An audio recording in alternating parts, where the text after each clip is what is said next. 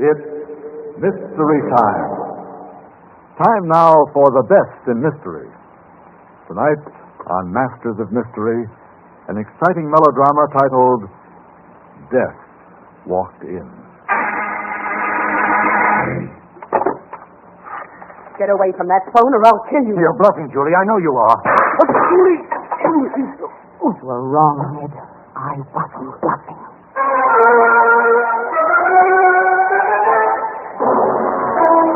Good evening. This is Don Dowd, your host for Mystery Time, back again to introduce another in ABC Radio's great Monday through Friday lineup of mystery dramas. Every night at this time, a new and different story. Our drama tonight on Masters of Mystery was written by Joseph Ruskall and is titled Death Walked In. The action of our story covers the course of only a few days, but I think you'll agree with me that the moments are filled with emotional impact and suspense. So now, live on Masters of Mystery, Death Walked In. You know me, Ed Grimes, real estate. Respected. A solid citizen till this happened. Till death walked in. It doesn't always lurk in dark corners. It can come into your parlor, like it did in Noir's. Hannah's in mine. It could be someone innocent looking, like the attractive young woman with books under her arm who rang our doorbell one afternoon.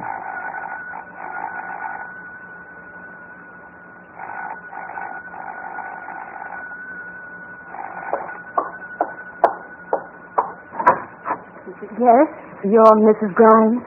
Yes, I'm Mrs. Grimes. May I speak to you a moment? A friend of yours, Mrs. Tillingham, sent me. Oh, yes. Please come in. Thank you. I'm sorry I kept you waiting so long, but I'm simply morbid about answering the door when my husband's away. You say Mrs. Tillingham sent you? Why, yes. You see, I just placed one of these valuable library editions in her home, and, well, she mentioned you as a likely prospect. Oh, you're selling something? Oh, no, absolutely nothing, Mrs. Grimes. We're practically giving it away. This complete set of encyclopedias, just as you see them in this brochure. You see, we're giving them to special and selected families just for a limited time and as a special advertising campaign. No, not today. Well, for practically nothing more than the price of the postage, this complete world famous... But we already have a set of encyclopedias. You're not from hereabouts, are you? No, I work town to town. I just arrived here. From where? Carterville. Carterville? Did you do well there? So. Oh, you look tired and cold. Come on into the living room and sit a while. Thank you. Can I make you a cup of tea, Miss Smith? Julie Smith. No, thanks. Oh, those gorgeous drapes. It's so right. So awfully right and so expensive. How nice of you to say so, Miss Smith, but they're really not. Oh, what I wouldn't give for a home like this. But then I'd have to have a nice man to go with it, wouldn't I, to keep it up? Oh, say like that gentleman there on the grand piano. Oh, why, how observant you are. Yes, that's my husband's photograph. Would you call him handsome? Not handsome exactly, but strong and solid. Oh, will he be home soon? Looks like he's detained at his office. Well, perhaps if I came around tomorrow at this time. Well, I can't promise a thing. I'll ask him. But do come around anyway. We'll have a cup of tea.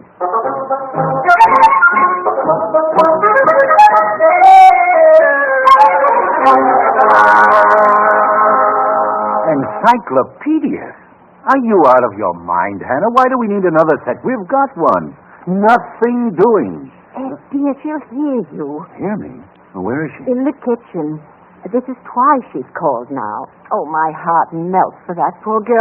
She's had such a hard life, bringing up a large family, canvassing house to house. Oh, we just can't turn her away without a sale. It wouldn't be charitable. Darling, do you have to let in every stray alley cat that comes to the door? Now, Ed, don't talk that way. Here she comes. Oh, there you are, Julie. Come and meet my husband. Ed, this is Miss Julie Smith. In reference to those books I was telling you about? How do you do? How do you do, Mr. Grimes? I feel I already know you from that picture on the piano. Now, Mr. Grimes, about the encyclopedia.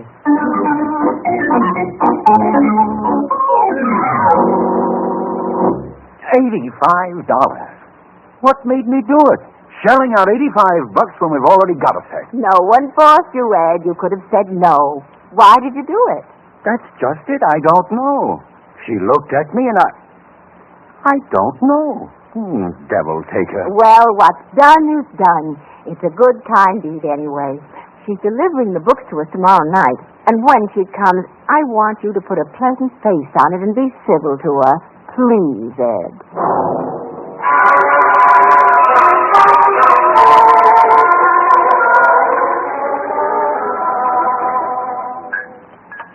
Would you like more tea? Oh, yes. Yes, thank you so much. My. Oh, those books look lovely. Of course, I have no idea where we're going to put them. Where do you live, Miss Smith? Well, I'm homeless at the moment, I'm afraid. My landlady locked me out. I owe rent. Oh. I'm not doing half as well as I did at Carterville. If I could only find some place to stay tonight. You see, I'll have plenty of money tomorrow for my Carterville commission. Well, I think it's time I go. Thing, you have caught an awful cold. And now look, my husband's due home any minute, and I'm sure he won't mind a bit if you stay here with us for a few days.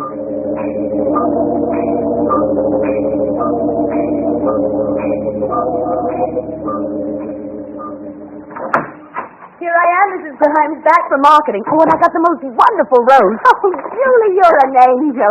But really, you shouldn't just because you're feeling all right again. I'm perfectly able. No, you sit right where you are in your rocker and relax. I'll tend to these. Oh, and here's your morning paper. You see, I didn't forget that either. You're a dear. Now, you just sit and read all the gossip and let me run this house. Oh, did my luggage arrive?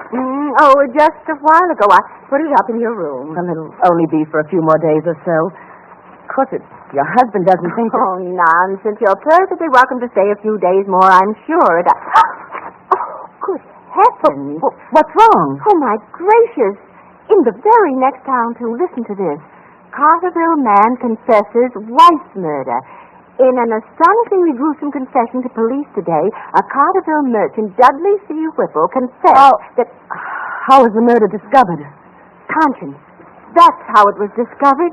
Everyone thought his wife died a natural death. There she was lying in her grave a whole week when suddenly her husband gets pangs of conscience and confesses she was poisoned. Did they live on 22 Elm Street, does it say? Why, yes. Yes, how'd you know? Oh, I sold them a set of books. You did? Why, that's right. You told me you were in that town for a while. Well, imagine. Poor Mrs. Whipple.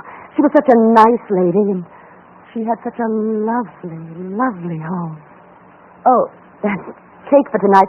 Did you take it out of the oven? Yes, I did. Don't worry. Well, think of it. You actually sold that couple. Did Mr. Grimes like the last cake I baked? Well, of course, dear. That's very kind of you to say so, but I know he dislikes me. He resents my presence here, I know. Why, Julie, what makes you think so? Way he avoids me. Oh, now. He hates me. He wants me out of here. Yes, he does.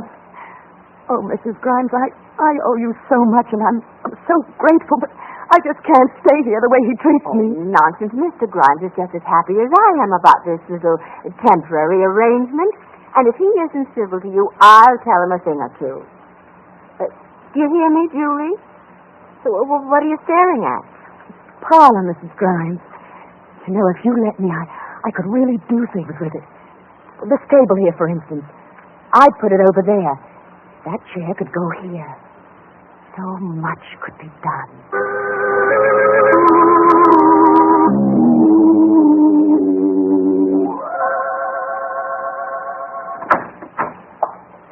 Hello? Oh, hello. Where's my wife? At the dentist. She'll be back soon, Mr. Grimes. Notice anything? Huh? Oh, hey. What?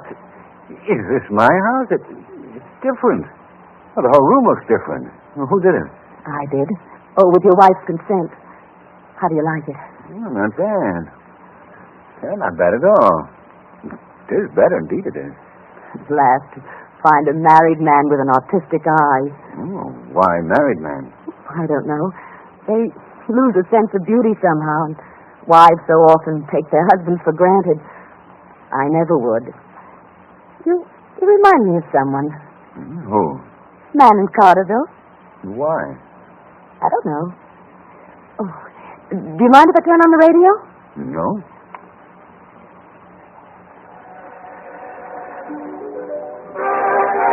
Do you dance? Dance? If I were alone right now, you know what I'd do? No, what? Dance alone. I like to dance alone. Do you mind if I do anyhow? Go ahead. I like to dance. I love to dance around and around. You're very graceful, Julie. I'm young. He was a weakling, though. Who? Man in Carterville. You seem different. You don't like me, do you? What makes you think so? Why do you always avoid me? Never mind. I'll be leaving tomorrow. You will? Won't you be glad to get rid of me? You like to look at me, though, don't you? I've seen you looking at me. Like you are now. Just like you are now. Ed, think I'd make someone a nice wife?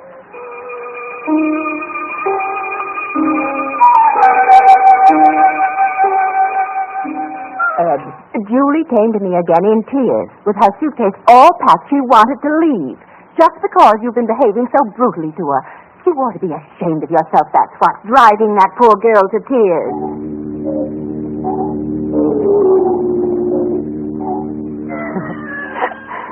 What are you looking at, Ed?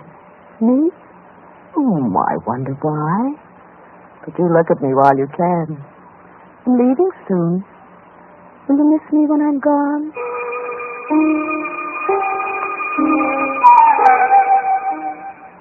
Please say you'll be nicer to her, Ed. Go out of your way the few more days she's here to make her feel at home. One of the family. Hannah, that girl must go. There's something about her, I tell you. I have a strange feeling that for some weird reason she's wormed her way into our home in order to... To what, dear? I don't know. Maybe it's a premonition or something. I think that when she rang the doorbell that time, Hannah, she's going to pack her bags and get out right now.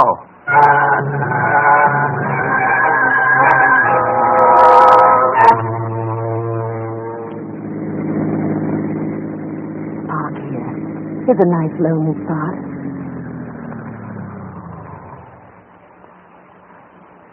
Well, what are you waiting for?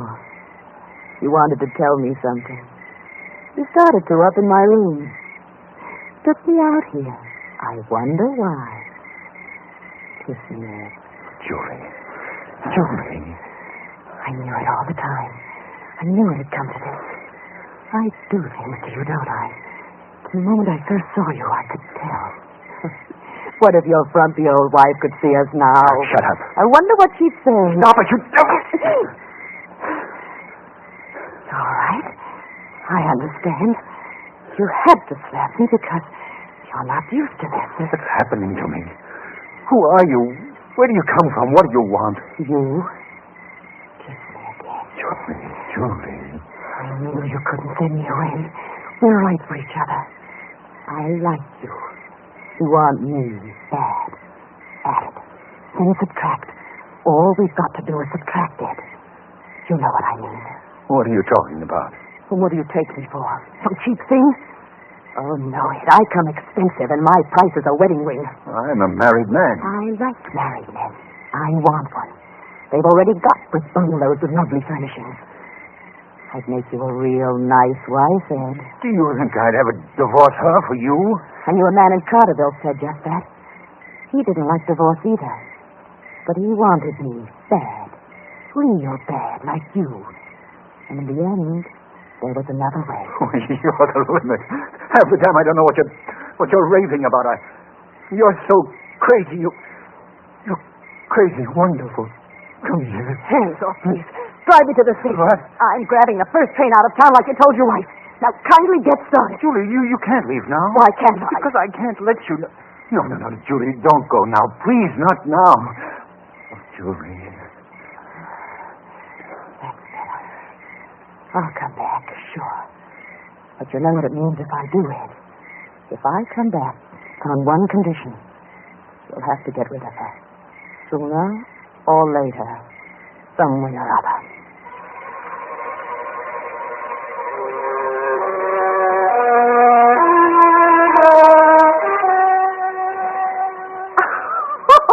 I declare, Mrs. State, that lively mind of yours. Ed and Julie, ridiculous. He positively dislikes her. He's hardly exchanged 2 words with her. That's the best one I ever heard.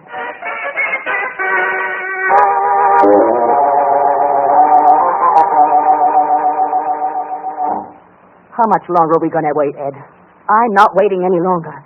We've got to get rid of Hannah. But, Julie, It's easy. All you do is do it. Do it quickly and it's done. Julie, I can't divorce Hannah. I'd rather die. And she'd never divorce... Who's talking about that? You always pretend you don't know what I mean. You know well enough. Inside your heart jumps like mine because you know we're going to do it. No. It's the only way. Ed, you'd be surprised how easy it is. Remember I once told you about that weakling from Carterville? That thing he used? No pain and no one would ever know. You get it in a drugstore. I can get it today, and tonight at dinner you'll pretend some food spilled on your trousers.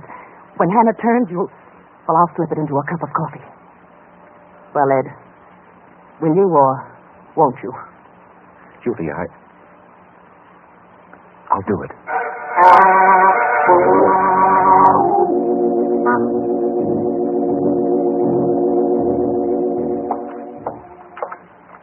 Scorching hot coffee, just like you like it, Ed. Oh, Julie, don't get up. I swear the way that girl spoils me, Ed, doesn't let me do a thing. Why, she runs this house much better than I ever could. Oh, now, Mrs. Grimes, now you just sit down. You see that, Ed? Draws up my chair, treats me like a queen. But I have revolted. I insisted that she at least let me make the coffee. That reminds me. Oh, the silliest rumor I heard today. What was it? Oh, well, it isn't even fit to repeat. Sit down, Julie, and drink your coffee. How is it, Ed? Fine, honey. Oh, Mr. Grimes, Yes? weren't you supposed to do something for me? Mr. Grimes. What's that, Julie? Do what? Nothing. What is it, Ed? Why, Julie, whatever are you fixing with that perfume? Oh, Goodness, what's wrong with you, Ed? I spilled some coffee on my trousers. Rub water on it quick or it'll stain. Oh, land's sake, Ed, it's a new suit. Couldn't you be a little more careful? Well, it's all right, Hannah. Just a drop. It's delicious coffee. It does smell good, if I do say so myself. Hannah, don't. Don't what? And then nothing. Nothing. Well, you are a mistake tonight. Tastes good, too. Well, what about the movies after we get everything cleared away? There's a new picture down at the...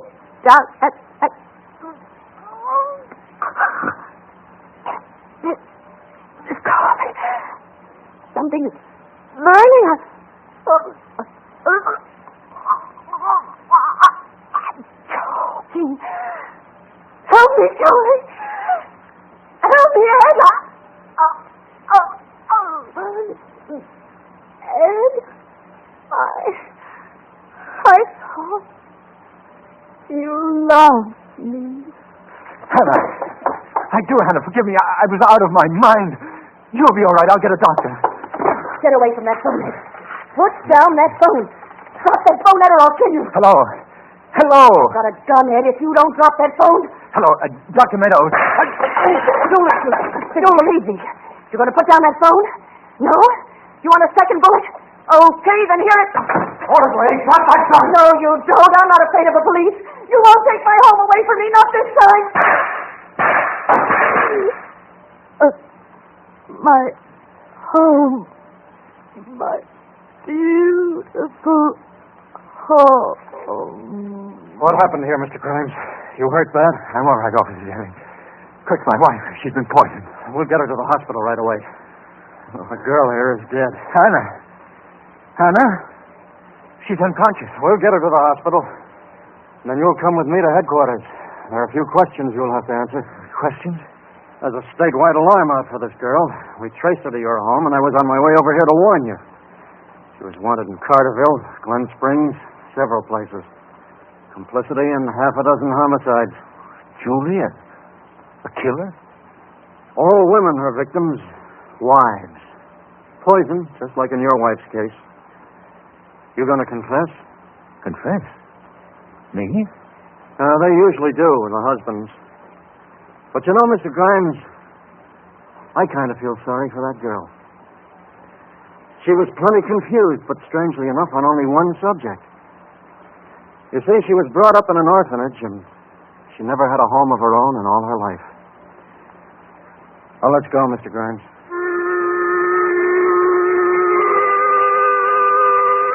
At my trial, not one of all my friends came forward to speak a good word for me. No one but my wife, that is. She'd gotten well enough by then to be brought into the courtroom in a wheelchair. Poor Hannah sure spoke up for me. But the jury pitied her too much to show me mercy. Anyhow, they thought her words very queer, I guess, especially when she said, He's a good man, Your Honor. It wasn't his fault, really. Not really. Sometimes something that's not ourselves. Well, maybe it was my fault.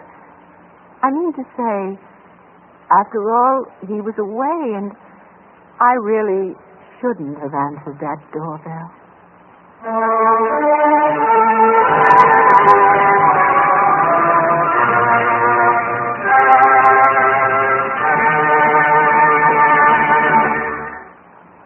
This is Don Dowd again, your host for Mystery Time. You have just heard Masters of Mystery, live from New York. Tonight's play, Death Walked In, was produced by Clark Andrews in association with Ronald Dawson and Robert Doctor. Featured in tonight's drama were Ann Loring, Bill Johnstone, Peggy Allenby, and Frank Butler.